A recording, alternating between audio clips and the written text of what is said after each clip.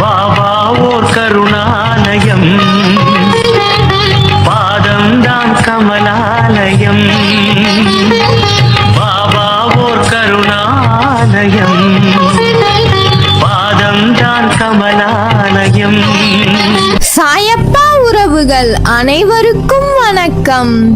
சாயப்பா மேல் நம்பிக்கை வைத்து அவரை நினைத்து கொண்டிருக்கும் உங்கள் அனைவரின் வேண்டுதலையும் சாயப்பா நிறைவேற்றுவார்.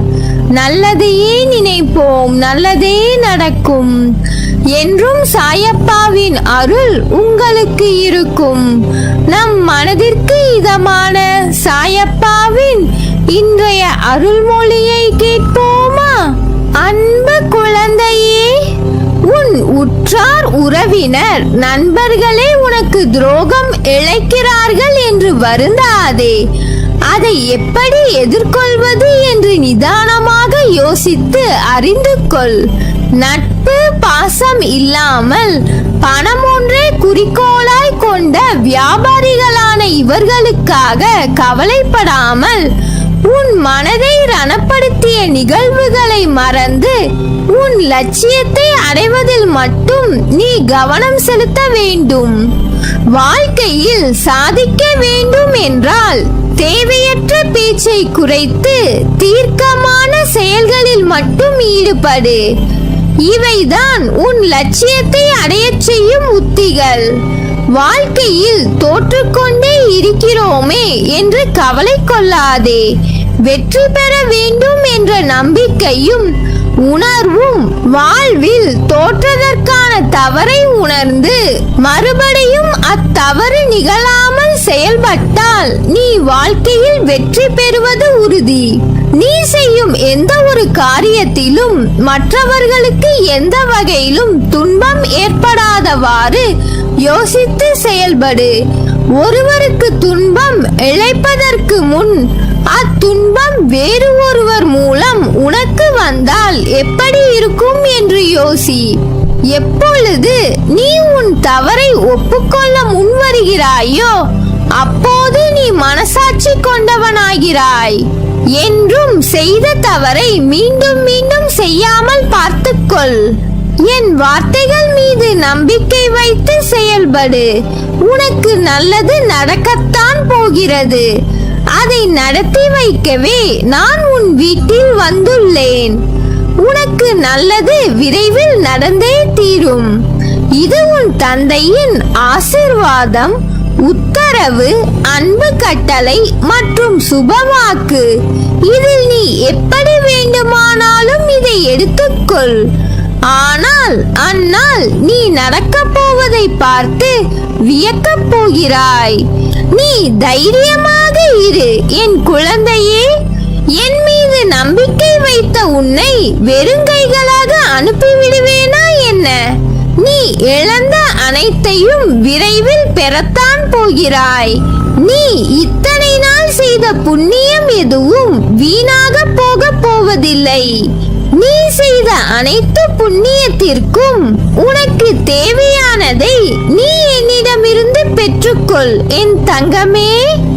நீ என்னிடம் உன் மனதால் வேண்டுகின்ற வேண்டுதல்கள் எல்லாம் நீ வாய் திறந்து கேட்டால்தான் எனக்கு தெரியுமா என்ன?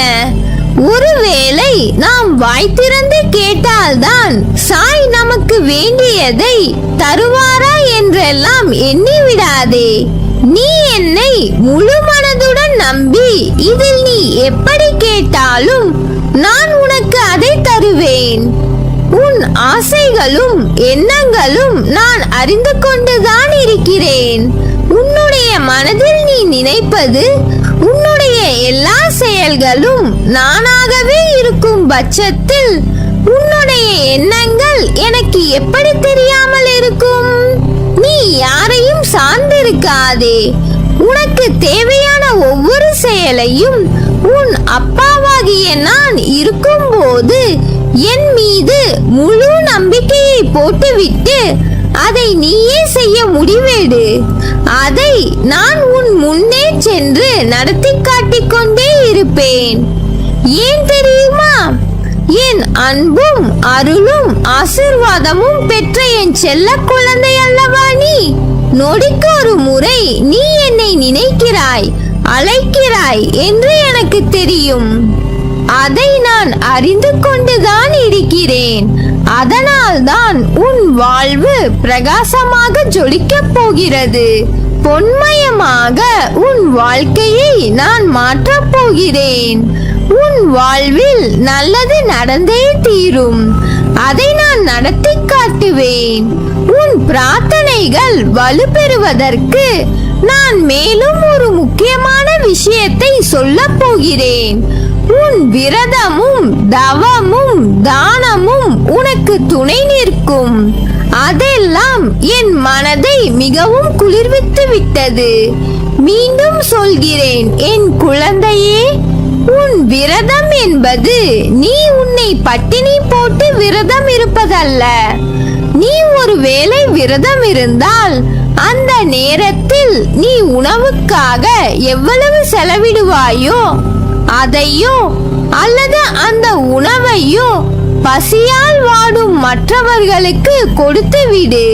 அதே போல் நீ தவம் இருந்தாலும் அதைவிட நீ தானம் செய்யும் போது என் மனம் மிகவும் குளிர்ந்து விடும்.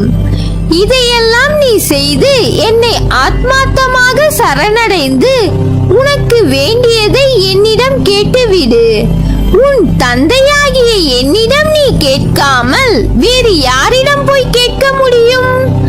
நானும் உனக்கான அற்புதங்களை விரைவில் நடத்தி காட்ட தயாராக உள்ளேன். நீ கேட்டதில் உனக்கு மிகவும் அவசியமானதை நீ தேடும் முன்பே உன் கைகளில் கொண்டு வந்து சேர்த்து விடுவேன். இப்போது உன் வேதனைகளை பார்த்து பலர் சிரித்துக் கொண்டிருக்கலாம். ஆனால் உன் தந்தையாகிய நான் அவர்களுக்கு செய்ய போவதை பார்த்து அவர்கள் வருந்துவார்கள். உன்னை யாராவது தூக்கி எறிகிறார்கள் என்றால் நான் அவர்களை உன்னை விட கீழே தாழ்த்தி விட்டு விடுவேன்.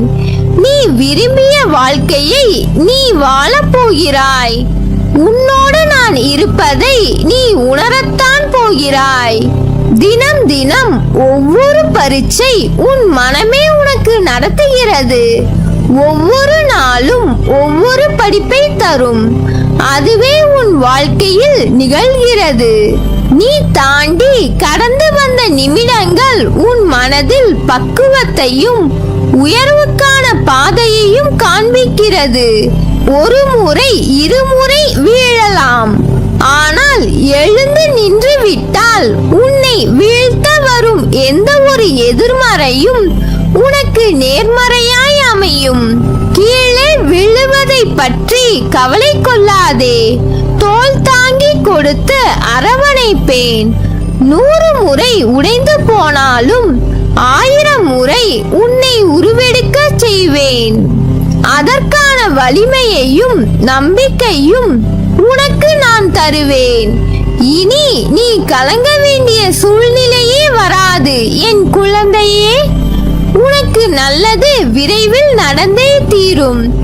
இது உன் தந்தையின் உத்தரவு, அன்பு கட்டளை மற்றும் சுபவாக்கு. உன் அம்மாவாக அப்பாவாக என்றும் துணை இருப்பேன். நல்லதே நடக்கும். துன்பங்கள் உன்னை விட்டு அகலப் போகிறது. நிச்சயம் ஒரு நாள் உன்னை உயர்ந்த நிலைக்கு கொண்டு வருவேன்.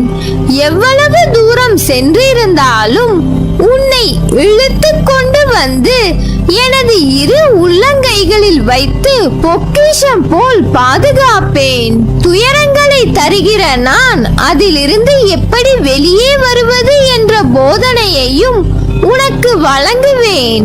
நான் இருக்கிறேன் என்றும் உனக்காக. நீ செல்லும் இடமெல்லாம் நல்லதே நடக்கும். நீ என் பரிபூர்ண அருளும் ஆசீர்வாதமும் அன்பும் பெற்ற என் செல்ல பிள்ளை.